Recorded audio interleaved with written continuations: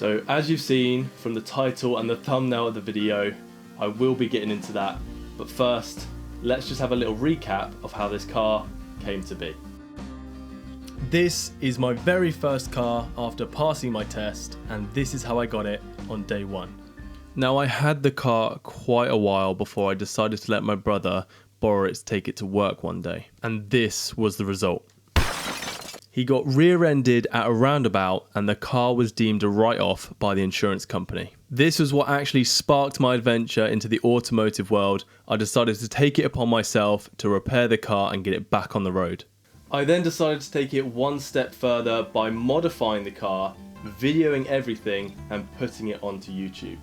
Now, it was actually about a year ago that I uploaded this video, and that is kind of what sparked this channel and where I've come from. So this was literally my first ever car, and I knew nothing about cars when I started.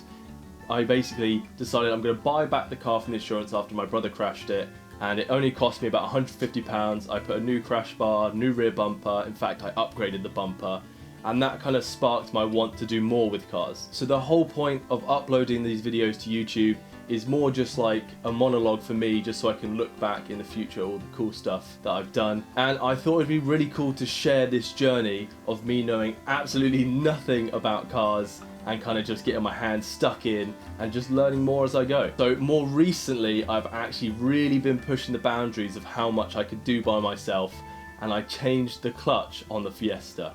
Now that was one of the hardest things I've ever done. But let's just reminisce about some of the moments that we've had with this car. Let me just show you a few highlighted clips to show how I've progressed by using this car as a learning tool.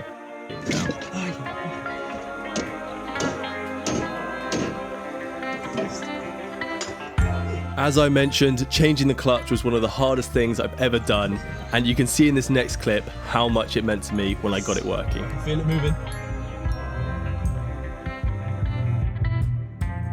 Yes! It fucking works!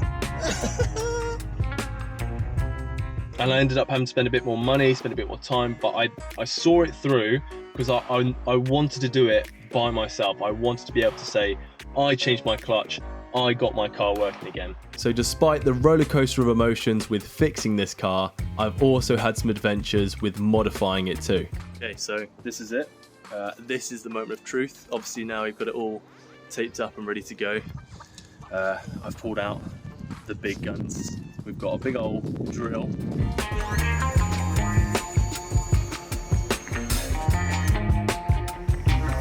It's safe to say I definitely got my hands and face dirty working on this car, and I had so much fun doing it, and it definitely has built my confidence in working on cars. And of course, we haven't had just fun with the fixing and the modifying. I've obviously loved driving this thing every single day. It's been super reliable for most of the time driving, and I've loved every second. First gear, pull away.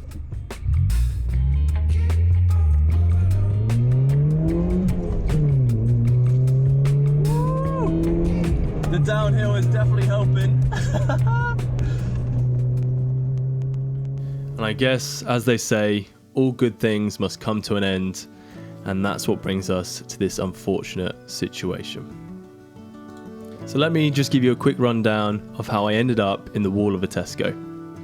Now, I'd love to say I was trying to perform some daredevil move, trying to impress a load of people, but I really wasn't. The fact is, the impact was so slow the airbags didn't even go off. I was on my way home from work, I was tired, the roads were wet, and my tyres just didn't have enough grip. So, unfortunately, the back end skidded out, I overcorrected and went off the road. It literally happened so fast, and I almost just didn't believe it happened at the time.